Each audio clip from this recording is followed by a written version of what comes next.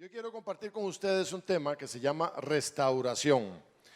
Miren, esto que acaba de mencionar el pastor sobre esta iglesia, ya mi esposa y yo pues tenemos tiempo de estar acá en esta iglesia, nos congregamos durante 8 años aproximadamente. Hoy estamos pastoreando Entre Ríos para la gloria y la honra del Señor, pero siempre hemos visto y hemos tenido ese sentir de que el Espíritu Santo quiere hacer algo en este lugar, de que verdaderamente Dios quiere mandar a hombres y mujeres fuera de este lugar para servirle, para llevar esa misión del evangelio a otros lugares. Usted viene aquí a prepararse, usted viene aquí a adorar al Señor para que usted pueda salir a servir a Dios. Si usted no se prepara, usted no puede hacer nada. Amén. Y uno de los temas que el Señor puso en mi corazón para compartir con ustedes se llama restauración. Y restauración, vamos a irlo definiendo poquito a poco, es la modificación de una cosa para ponerla en el estado que antes tenía. Eso es restaurar.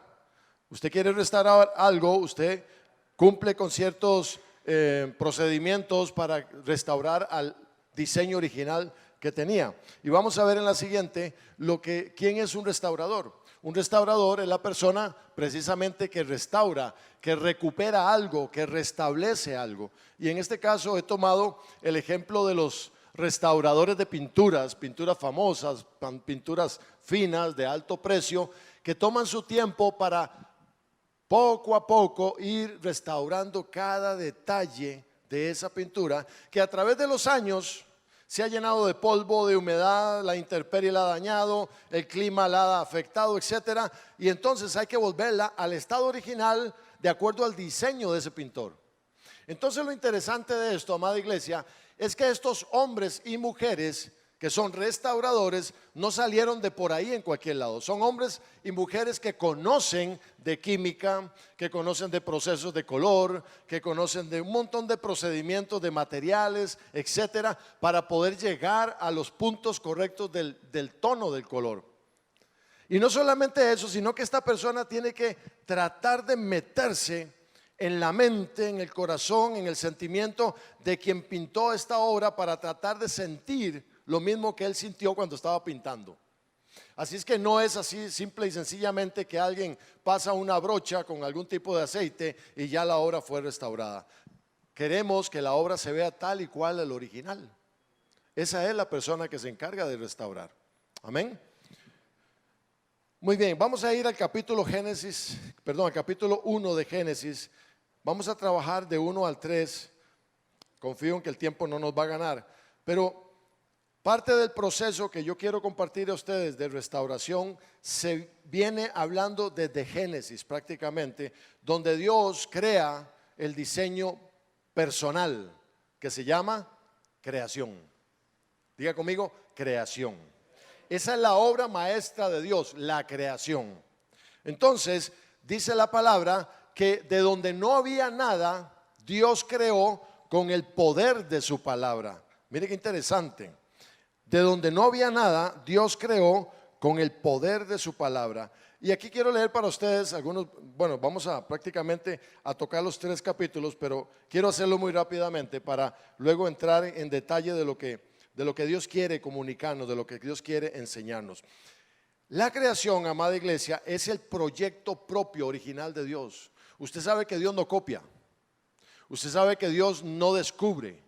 Usted sabe que Dios no inventa, sino que Dios crea de la nada, de donde no existe nada. Simplemente Dios dice hágase y es hecho.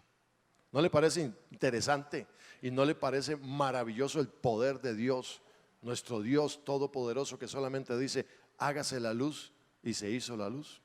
Amén. Muy bien, quiero entusiasmarlos un poquito más adelante. Entonces, en la Biblia, en el capítulo 1 de Génesis, en el primer capítulo, en el primer versículo, dice la palabra: en el principio, diga conmigo, en el principio creó Dios los cielos y la tierra. Versículo 2, y la tierra estaba, ¿cómo? Desordenada y estaba vacía. Y las tinieblas estaban sobre la faz del abismo, y el Espíritu de Dios se movía sobre la faz de las aguas. Sígame ahí, por favor, en su Biblia, por favor. Ahora, en el texto, en el principio creó Dios, esas primeras palabras me está diciendo a mí que Dios inició un proyecto de la creación de donde no había absolutamente nada, porque fue que creó desde el principio. Amén. Entonces, cuando vemos que Dios comienza a crear, comienza a hacerlo de una manera muy particular. Y en estos dos primeros versículos hay varios elementos que quiero mencionar que ya aparecen de por sí ahí, que es el cielo, que es la tierra, que son las tinieblas, el abismo y las aguas. Estoy aquí más o menos describiendo lo que es el diseño de Dios. Y dice la palabra de Dios que estos elementos, dice, estaban desordenados, estaban vacíos, ¿verdad? Había un desorden, no había un orden específico ni cada cosa en su lugar como corresponde. Entonces, esto es como cuando usted hace un gallo pinto. A ver, varones, ¿quién les gusta cocinar aquí? Levanten la mano. Ajá, ok, las mujeres ni les digo porque todos lo hacen delicioso. Pero cuando usted empieza a hacer un gallo pinto, ¿usted qué primero pone en el comal? A ver, hermanitas, ¿qué ponen primero en el comal? La cebolla. Ok, yo pondría primero el aceite, un poquito así como para, ¿verdad? Para que se caliente un poquitito y luego echo la cebolla, echo el chile dulce, para darle un poquito de sabor, ¿verdad? Es que quiero hacerle la boca agua para más tarde. Entonces usted comienza a hacer eso porque el producto final suyo va a ser un gallo pinto. Después de eso, ¿qué le pone usted? Dígame, a ver. Yo le pondría el arroz para que se tueste un poquito. Y para que el arroz absorba el sabor de la cebolla y el chile dulce. Muy bien, ¿verdad? Eso. Muy bien. Entonces, una vez que el arroz está tostadito y agarra ese color como amarillito, lo más sabroso, le pongo los frijoles. Pero oiga, no, le doy un consejo, no le ponga frijoles hechos del mismo día. Póngale frijoles que están en la refri, que tienen unos 2 o 3 días, que ya han soltado ese caldo espeso, ¿verdad? Y se pone negrito. Entonces, a la hora que usted lo agrega al comal, ese arroz se va a poner como negrito. Y usted comienza a revolverle. ¿Cuál es el elemento final que usted pondría a ese gallo pinto? Culantro bien picadito, ¿verdad? Para que salsa Lizano no puede faltar, ¿verdad? Donde hay un tico tiene que haber salsa Lizano. Entonces, ya usted hizo una receta en un orden específico. Usted primero no agregó el arroz y de último le puso el aceite, sino que usted hizo algo en un orden establecido. Y así es Dios. Valga la comparación, Dios comenzó a crear, pero todo lo que estaba ahí, estos 5 elementos, necesitaban ser ordenados. Y mire qué interesante cómo aquí la palabra de Dios nos comienza a decir a nosotros cómo Dios comienza a ordenar todo. En el versículo 3, 4 y 5, el Señor dice, hágase la luz. ¿Y qué se hizo? La luz. Se hizo la luz porque Dios tiene el poder para crear. Amén. Se hizo la luz con la intención de separar esas tinieblas que estaban ahí ya. Cuando dice la palabra de Dios que habían tinieblas que se movían sobre la faz del abismo, Dios creó la luz y entonces separó las tinieblas de la luz, de donde usted hoy conoce el día y conoce la noche, ¿verdad? Amén. Versículos 6 al 8 dice el Señor, creó la expansión. ¿Usted sabe qué es la expansión? Porque dice acá que Dios había creado los cielos y había creado la tierra, pero Dios creó la expansión para separar, para ver una distancia, un espacio en el cielo donde las aguas que estaban todas juntas fueron separadas por las aguas que están sobre la expansión y las aguas que están debajo de la expansión. Entonces, esas aguas sobre la expansión es lo que conocemos lluvia y los debajo de la expansión es lo que conocemos mares. Y ese espacio, esa expansión es lo que conocemos como cielo, por donde vuelan los aviones.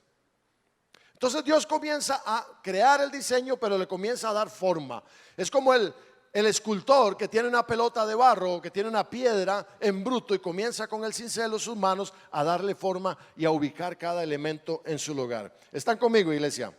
Versículo 9 y Dios dice, Dios juntó las aguas que están debajo de los cielos en un solo lugar y descubrió lo seco. O sea, hizo el mar e hizo la tierra. Al mar le puso límites para que no inundara la tierra. Y entonces ahí es otra parte donde a lo seco le llamó tierra y a la reunión de las aguas llamó mares. Estamos todavía aquí en el capítulo número 1.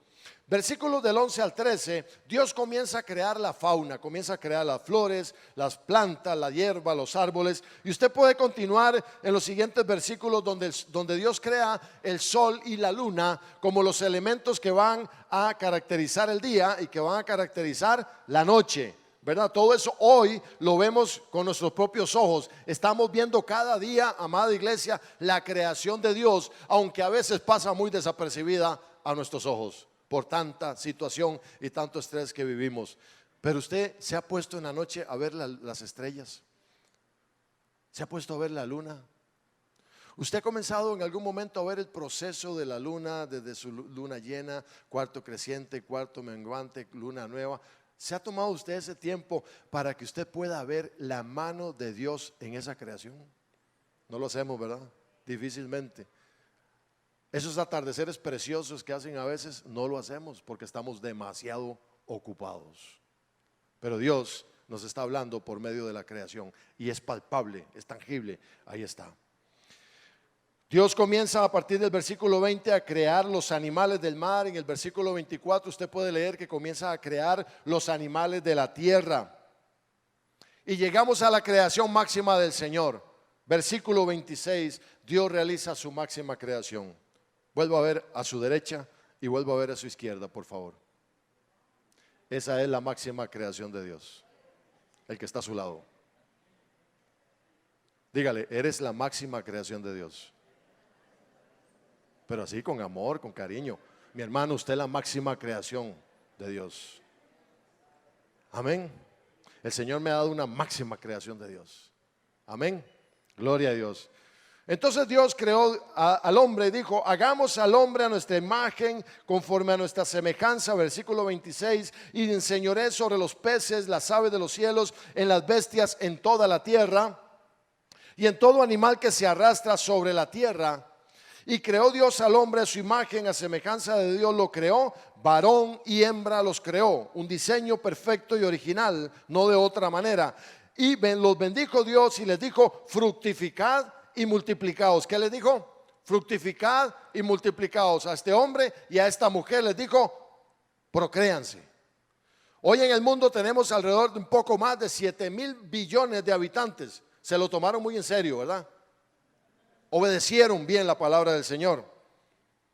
Llenad la tierra y sojuzgadla y enseñoread en los peces del mar, en las aves de los cielos y en todas las bestias que se mueven sobre la tierra. Y dijo Dios, he aquí que os he dado toda planta que da semilla, que está sobre toda la tierra, y todo árbol en que hay fruto y que da semilla os serán para comer. Y a toda bestia de la tierra y a todas las aves de los cielos y a todo lo que se arrastra sobre la tierra en que hay vida, toda planta verde les será para comer. Y fue así. Y vio Dios que todo lo que había hecho, y he aquí que era bueno en gran manera. No solo era bueno, sino que era bueno en gran manera. Y fue la tarde y la mañana del sexto día. Pasemos al capítulo 2 de Génesis, que ya nos habla un poco más en detalle sobre la creación del hombre y de la mujer. Pero en todo este relato vemos que que el hombre recibió una atención personal y directa de Dios. Lo chineó, se relacionó con él, le creó un ambiente especial, el huerto del Edén. Amén. Para que viviera, para que se multiplicara al lado de su ayuda idónea. Adán y Eva no solamente fueron creados a imagen y semejanza de Dios, sino que además les dio autoridad. Escuche, les dio autoridad sobre todos los animales y le dio un huerto para que lo conservara, para que lo labrara, para que lo sembrara, para que de él comiera, para que de él viviera. Dios creó su máximo proyecto, su máximo diseño, que fue el hombre. Pero vamos al capítulo 3, y aquí es donde ya comienzo a predicar lo que les traía. En el capítulo 3 de Génesis todos conocemos que habla de la caída del hombre, de la tentación del hombre, ¿cierto? ¿Estamos bien todos? ¿Estamos leyendo la Biblia todos? ¿Sí? Amén. Muy bien. Entonces, Dios, el Padre de la creación, escuche esto qué bonito, mantenía una relación directa con Dios, porque en el versículo 8 del capítulo 3 dice que Dios se paseaba en el huerto al aire del día. Usted se imagina a Adán que va a tomar agua del río y se encuentra a Dios ahí sentado. Usted se imagina a Eva que va a recoger la cosecha de la siembra y Dios viene y le dice: hola Eva, ¿cómo estás? Usted se puede imaginar ese cuadro, esa escena donde Dios viene y está compartiendo con el hombre de una manera directa. Es un tú a tú. Amén. ¿No le emociona a usted eso? A mí se me para la peluca donde pienso en eso, porque veo a Dios relacionándose con su creación. Veo a Dios relacionándose con su hijo y con su hija. No solamente lo veo ahí puesto en el huerto del Edén al hombre, sino que Dios le acompaña. Dios está ahí para ayudarle en cualquier necesidad, para estar al lado de él. Pero a Dios le agradaba pasearse por el huerto que él hizo. Él se paseaba por ahí. Aleluya. Pero viene el momento en que la caída del hombre se da y el pecado viene al hombre y se abre una puerta donde la humanidad ha cambiado a través de los siglos por esa puerta que se abrió en ese momento. Hoy por hoy, esos problemas y sufrimientos que tenemos, que han dañado a todas nuestras generaciones y que todavía hoy experimentamos, ha sido producto de un momento de desobediencia. Ha sido el resultado de alguien que no respetó el mandato divino de no hacer algo y cayó en tentación. Ese pecado tiene consecuencias. Y quiero anotar para ustedes 5 consecuencias rápidamente de lo que ha provocado ese pecado y de lo que provoca el pecado en nosotros cuando no obedecemos a Dios. Y la número 1 es que antes del pecado hay engaño. Satanás va a venir a tu vida y te va a engañar para que tú peques. Entonces la serpiente dijo a la mujer: no moriréis. Recordemos que el Señor le había dicho: el día que coman de ese árbol morirán. Pero la serpiente vino y toma esa palabra del Señor para el hombre. Le dice: no, Dios, no morirás. No morirás. ¿Qué está diciendo ahí? Que Dios es un mentiroso. Le está diciendo al hombre que Dios le mintió, que no es así, sino que sabe Dios, subráyelo ahí, que el día que comáis de él serán abiertos vuestros ojos y seréis como Dios, sabiendo el bien y el mal. Tremendo, porque el diablo es mentiroso y padre de mentira. Hasta ese momento, amada iglesia, Adán y Eva no sabían que estaban desnudos ni se avergonzaban por andar desnudos por el huerto. Ellos no entendían lo que hoy entendemos y manejamos el concepto de la desnudez. Usted hoy no puede andar desnudo por la calle. Pero en ese tiempo que no había el pecado, que no había entrado el pecado en el corazón del hombre, ellos no sabían lo que era la desnudez. Número 2, el pecado rompe la relación íntima entre Dios y el hombre. Cuando pecamos hay un quebrantamiento ahí, hay una ranura, hay una ruptura, una distancia entre Dios y mi vida, porque el pecado rompe esa relación. Génesis 3:7 dice: entonces dice que fueron abiertos los ojos de ambos y conocieron que estaban desnudos. Entonces inmediatamente ellos cosen hojas de higuera y se hacen delantales. Se hacen delantales para cubrirse, porque les daba vergüenza. Aleluya. Y Efesios 4:30 dice: no contristéis al Espíritu de Dios, con el cual fuisteis sellados para el día de la redención. En este momento Dios ya tenía un corazón triste de ver que su creación había abierto puertas al pecado y que ahora sus ojos fueron abiertos para conocer el bien y el mal. Antes no sabían esa diferencia. Es lo que usted conoce hoy con el libre albedrío, de donde usted puede entender qué le conviene y qué no le conviene a usted. Y Dios le pone a usted la vida y le pone la muerte. Pero dice el Señor, escoge la vida para que tenga largura de años y para que tus generaciones sean santas. Usted tiene el poder para escoger hoy qué le conviene y qué no le conviene, qué le agrada a Dios y qué no le agrada a Dios que usted haga. Entonces Satanás viene sobre el hombre y la mujer y les hace pecar. Número 3 dice que el pecado trae culpa. Cuando ellos pecan, ellos se sienten mal, se sienten avergonzados porque oyeron la voz de Jehová que se paseaba por el huerto al aire del día. Y entonces el hombre y la mujer se esconden de la presencia.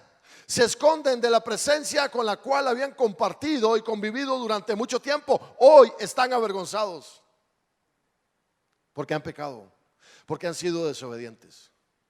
Antes era una relación linda, preciosa, maravillosa. Yo puedo imaginarme al Señor posiblemente apapachando a Adán y diciéndole, hijo mío. Y él todo derretido en los brazos del Señor. Hoy se escondían, ya hoy se esconden. A veces nos escondemos de la presencia del Señor, cosa que no es posible porque hemos pecado. Amén. Cuando usted y yo pecamos, ¿verdad que hay algo que nos dice por ahí esa vocecita? Te advierte primero el Espíritu Santo y te dice, no lo hagas. ¿Quién ha recibido advertencia del Espíritu Santo de Dios? No lo hagas, hijo mío, no te conviene. No tomes esa decisión. Pero ahí voy yo de terco. Ahí voy yo porque yo creo que está bien. Porque yo miro para un lado y miro para el otro y yo pienso que está bien. Es más, todavía vengo del pastor Rafael y el pastor me dice, mi hermano, péselo, hágale caso al Señor. Entonces yo voy todavía, no le hago caso, sigo en lo mismo. Y voy y le consulto al vecino y al vecino le pareció muy bien. Entonces ya tengo ahí un soporte. Qué bueno, ya alguien me acompaña en esto. Entonces me da realmente la razón. Pero también él está tan equivocado como lo estoy yo. Y ahí voy yo de cabezón y meto los escarpines y me equivoco. ¿Qué hacemos después? ¿Qué hacemos después? Viene la culpa, viene Satanás, que lanza la piedra contra nosotros y esconde la mano y te culpa y te dice, qué cristianito eres. Mira que te golpeas el pecho y mira que lees la palabra y mira que oras y todo, y ahora te sientes culpable por haber pecado. ¿Qué clase de cristiano eres? Y él aprovecha esos momentos de nuestra debilidad. Porque como dice el Salmo 35, que Satanás tira una red delante de nosotros. Satanás cava un hoyo delante de nosotros. Donde yo estoy aquí parado, Satanás cava un hoyo ahí. Pero yo soy el que doy el paso. A ver si caigo o no caigo. Pero lo más sabio es que yo bordé esa trampa que el enemigo me ha puesto. Entonces viene la culpa a mi vida. Entonces ese pecado y esa falta me hace esconderme de la presencia de Dios. ¿Y cómo me escondo? Imposible esconderme de la presencia de Dios. Pero el esconderse de la presencia de Dios implica que ya no oro, que ya no leo la Biblia, que ya no ayuno, que ya no pongo nada en las manos del Señor, sino que simplemente me aparto, me hago a un lado y que las cosas sigan su rumbo tal y como vienen. Porque me siento culpable, me siento avergonzado y me escondo del Señor. Amén, iglesia. Y vemos el caso de Judas, que todos conocemos. ¿Qué pasó con Judas? Él estaba en todo su entendimiento y según él la mejor decisión de delatar al maestro para venderlo, para entregarlo, para que fuera crucificado, castigado, mas no sabía lo que luego le iba a pasar al maestro. Y es donde él se arrepiente y reconoce que se equivocó, de que pecó con Jesús. Se arrepintió, devolvió aquellas monedas que representaban el pecado, el precio de su pecado, pero ya era tarde, ya lo había hecho. Y ustedes conocen lo que sucedió, que se colgó y murió. Amada iglesia, cuando nosotros pecamos, nos cuesta trabajo volver otra vez. El terreno que usted ha ganado en la presencia de Dios, usted lo puede desaparecer en un chasquido de sus dedos. El tiempo que a usted le ha tomado meterse en la presencia de Dios. No solo eso, sino el tiempo que Dios ha invertido con usted. Porque Dios invierte tiempo con nosotros. Amén. Lo echamos por la borda. Lo tiramos a la letrina cuando pecamos. En un santiamén, los años suyos de crecimiento, los años suyos de angustia, de fe, de perseverar en el Señor, usted lo tira por la borda en un 2x3. Y eso lo hemos visto y conocido en muchos pastores y muchos líderes a nivel espiritual que han tenido una vida buena delante del Señor y un momento a otro viene el pecado y cae. Y todo eso se fue por la alcantarilla. Su vida. Y usted puede llevar una vida, hermano, buena, decente, correcta. Y la gente le puede conocer a usted por todos los años suyos en el Señor. Pero haga usted, cometa el más mínimo error al final de su vida y la gente le recordará a usted por eso y no por lo que hizo anteriormente. Amén, iglesia. Por eso Pablo dice, prosigo a la meta. No sea que ayudando a muchos yo mismo caiga, yo mismo me pierda. Tengo que llegar a esa meta. Usted y yo tenemos que llegar a esa meta, sea como sea, creyéndole a Dios, teniendo fe de que Dios tiene mi vida en control, de que Dios está en el asunto trabajando, de que usted no está solo en ningún momento. Número 4, dice que el pecado produce miedo, produce inseguridad. Dice, mas Jehová Dios llamó al hombre y le dijo, ¿dónde estás tú? ¿Dónde estás tú? Y él respondió, oí tu voz en el huerto y tuve miedo, porque estaba desnudo y me escondí. Tuvo miedo. Dios no creó al hombre con miedo. Dios no creó al hombre sintiendo miedo, sino sintiendo seguridad, sintiendo paz, sintiendo amor, sintiendo el amor de papá. Tuvo miedo. Entonces el pecado, cuando entra a nuestras vidas, provoca en nosotros miedo y provoca inseguridad. Ya no caminamos como antes, tan seguros, tan dueños de nosotros mismos, sabiendo que el Espíritu Santo camina con nosotros. Ya venimos a la iglesia y las manos de nosotros pesan, porque ni siquiera podemos levantar las manos al cielo, porque me siento avergonzado delante de Dios.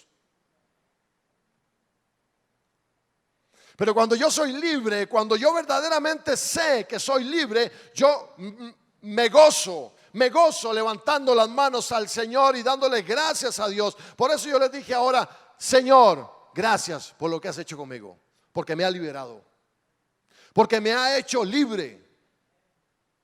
Dígale que está al lado suyo, el Señor te ha hecho libre. Ya no podemos vivir angustiados ni con temor, no podemos vivir inseguros.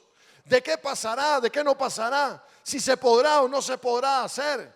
¿Qué pasará en nuestra vida cuando yo tengo ese tipo de actitud? ¿Qué hay en mi vida? ¿Cuál es esa zorra pequeña que está dañando mi viña? Mi relación con Dios, que me está distanciando. ¿Habrá algo por ahí que yo todavía no he logrado sacar del baúl de los recuerdos para ponerlo en las manos del Señor y ser totalmente libre?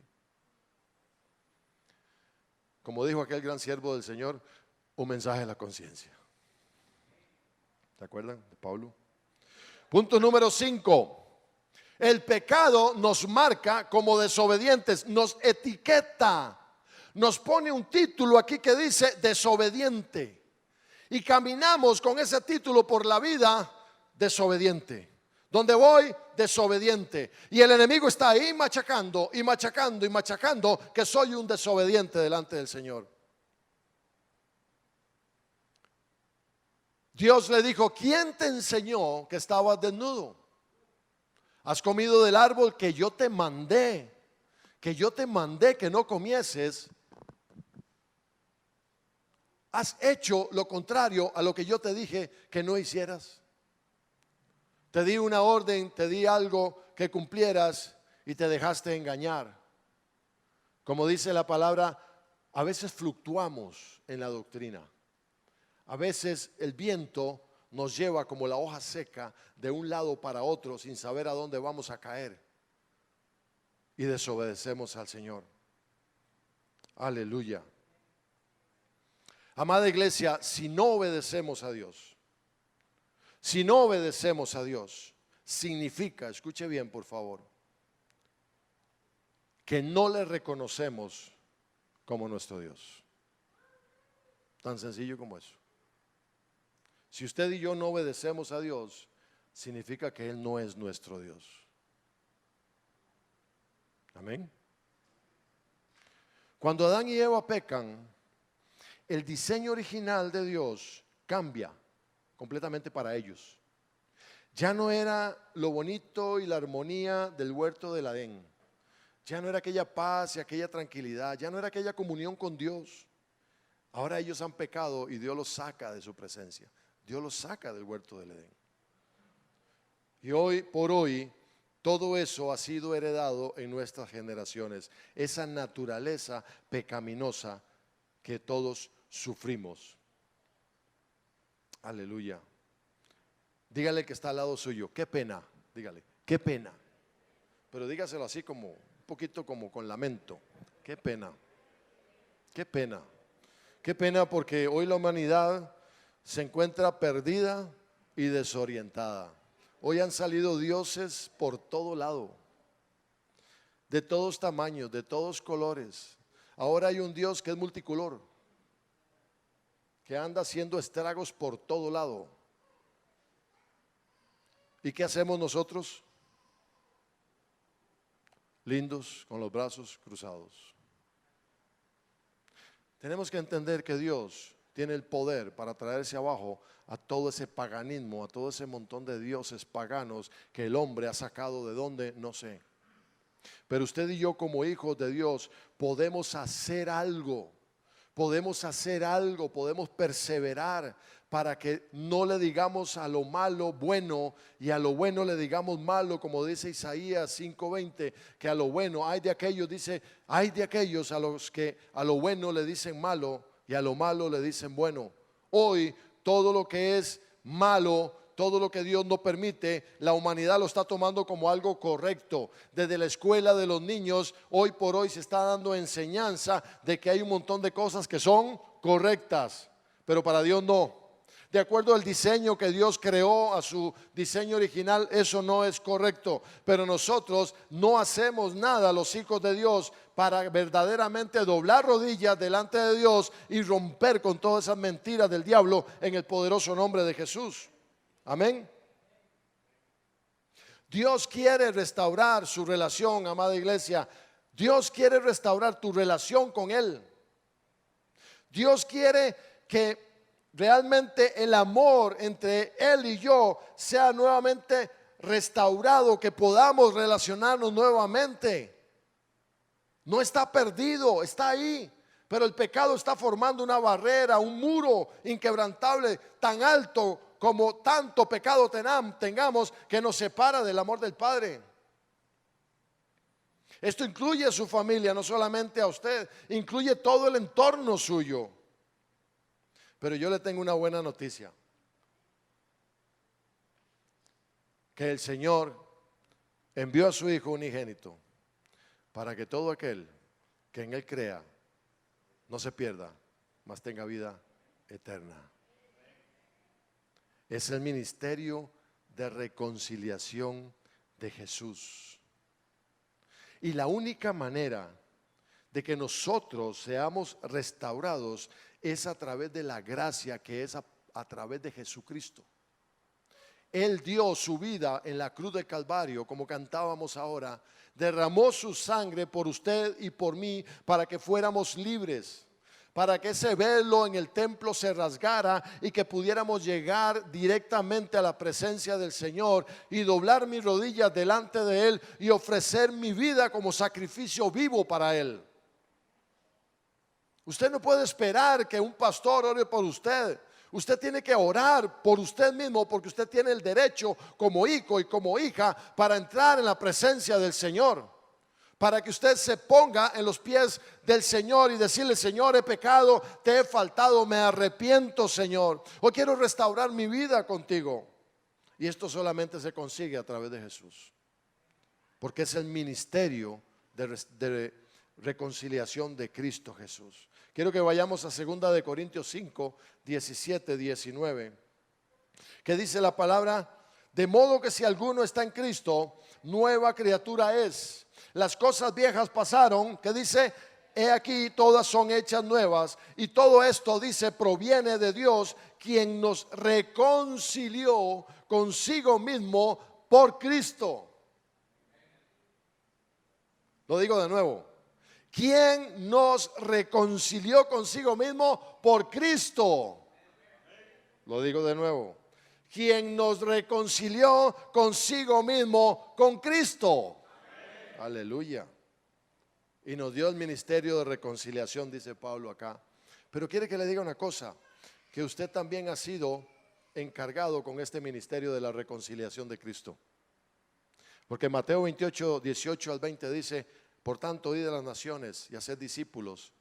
Amén. Bautizándolos en el nombre del Padre, del Hijo y del Espíritu Santo, enseñándole todo lo que yo les he enseñado a ustedes. Y he aquí, yo estaré con vosotros hasta el fin. Y el versículo 18 dice: porque toda potestad me ha sido dada de los cielos. Es Jesús el poderoso el que te está enviando a reconciliar a otros con Cristo. Pero primero tienes que reconciliar tu corazón con el Señor. Primero tienes que examinarte. No puedes llegar y hablarle a alguien de reconciliarse con el Señor cuando tú andas totalmente perdido, sin saber hacia dónde caminar. Tienes que entregar tu vida total y absolutamente a Cristo. Miren, uno de los errores que cometemos los cristianos es que muchas veces nos creemos libres solamente porque tenemos la Biblia en la mano. Muchas veces nos creemos que somos libres cuando estamos verdaderamente atados. Cuando hay dioses todavía, cuando hay ídolos en nuestra vida que nos mantienen separados de la presencia del Señor. Amén. El que tiene oídos que oiga, dice el Señor. Vamos a ir a Colosenses 3, 1, 17 para ir terminando. ¿Qué nos toca hacer a nosotros entonces? Si Dios ya hizo su obra, si Dios envió a Jesucristo como Señor y Salvador para toda la humanidad, Él cumplió su parte. Ahora, ¿qué me toca hacer a mí? Quiero preguntarle, respóndase ahí usted: ¿cuánto ha caminado usted en el Señor? ¿Cuánto ha caminado usted en el Señor? ¿Cuántos años tiene de caminar en el Señor? Antes de Cristo, la humanidad estaba tan perdida y desorientada que no tenían un Salvador, no tenían un Cordero de Dios, no tenían a alguien que hubiera hecho un sacrificio uno y para siempre. Pero hoy por hoy conocemos que Cristo dio su vida por nosotros. Usted no está de este lado, ahora usted está de este lado de la cruz. Usted está de este lado de la cruz. Así es que usted tiene que mirar lo que está al otro lado de la cruz como algo que le enseña a usted a caminar de este lado de la cruz. Cuando usted no conocía a Cristo, usted estaba de este lado de la cruz, en sus pecados, en sus deleites y en sus pasiones. Cuando Cristo viene a su vida y usted le entrega totalmente su vida al Señor, usted pasa a este lado de la cruz donde el Señor Jesús dio su vida por usted. Y usted tiene que entender de que Dios le rescató de la oscuridad. ¿Qué me toca a mí hacer entonces? Aquí lo dice claramente Colosenses capítulo 3 del 1 al 17. Dice: si pues habéis resucitado con Cristo, señálelo, buscad las cosas de arriba. Usted tiene que buscar las cosas de arriba. Usted tiene que anhelar las cosas del reino. Amén. Poned la mira en las cosas de arriba. No solamente búsquelas ni anhélelas, sino que hágalas suyas. Atesórelas. Son para usted. Jesús se las dio a usted, no en las de la tierra, porque habéis muerto, dice la palabra, y vuestra vida está escondida con Cristo en Dios. Cuando Cristo vuestra vida se manifieste, entonces vosotros también seréis manifestados con Él en gloria. Versículo número 5 dice: haced morir pues lo terrenal en vosotros. Me corresponde a mí cada día de mi vida crucificar mis pecados, llevarlos a la cruz del Calvario. Llevar mis pecados, hacer morir mi yo. Yo tengo que morir a mí mismo, porque la semilla que está en tierra, si no muere, no lleva fruto. Amén. Tengo que hacer morir todo lo terrenal que hay en mí. Y mire lo que dice, entre otras cosas: fornicación, impureza, pasiones desordenadas, malos deseos, avaricia. Todo esto es idolatría. Y cosas por las cuales la ira de Dios viene sobre los hijos de desobediencia, en las cuales vosotros también anduvisteis en otro tiempo. Aleluya. Cuando vivíais en ellas. Versículo 8. Pero ahora dejad también, dice, la ira, el enojo, la malicia, la blasfemia, las palabras deshonestas de vuestra boca. Aquí la palabra me está diciendo: examínate. Examínate qué tanto de esto hay todavía en tu vida. Examínate, por favor. No mintáis los unos a los otros. Me corresponde a mí hacerlo. Esa es mi parte también. No mintáis los unos a los otros, habiendo despojado del viejo hombre con sus hechos, revestido del nuevo, el cual conforme a la imagen del que lo creó, dice, se va renovando hasta el conocimiento pleno.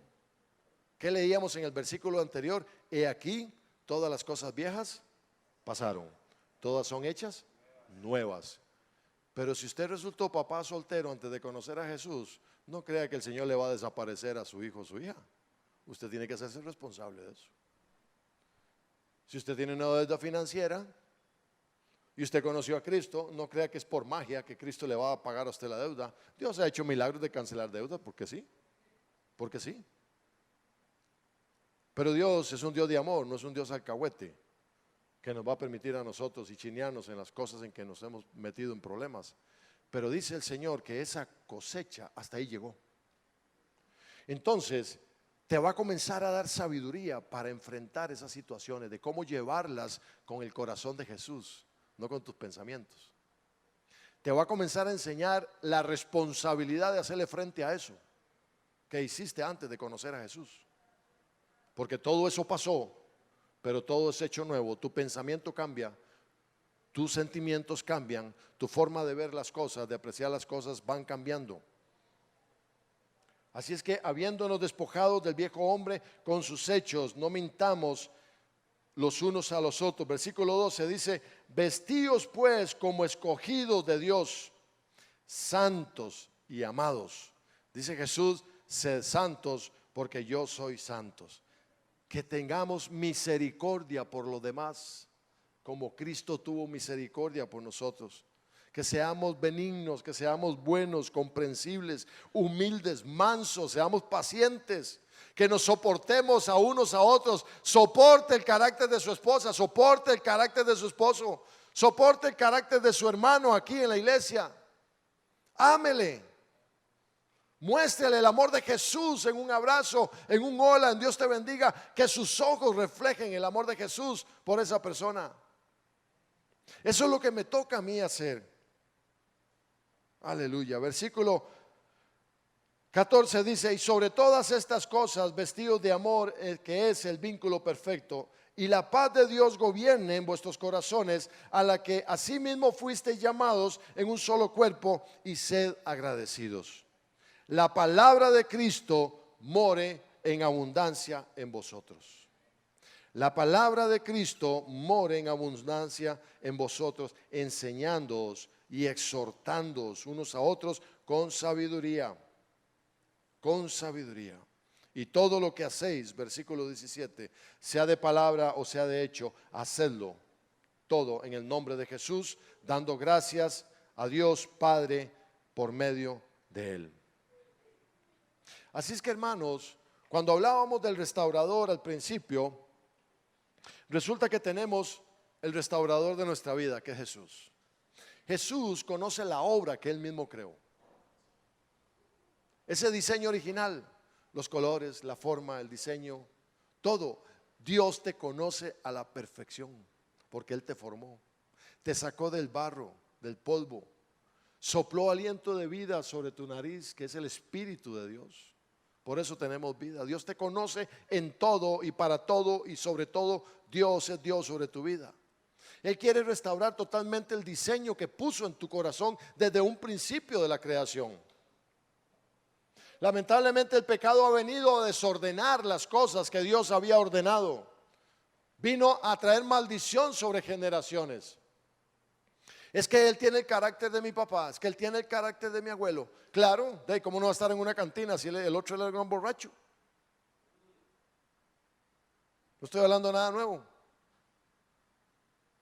Pero son herencias que venimos llevando y llevando porque el pecado se ha venido enseñoreando sobre nuestra familia y sobre nuestras generaciones.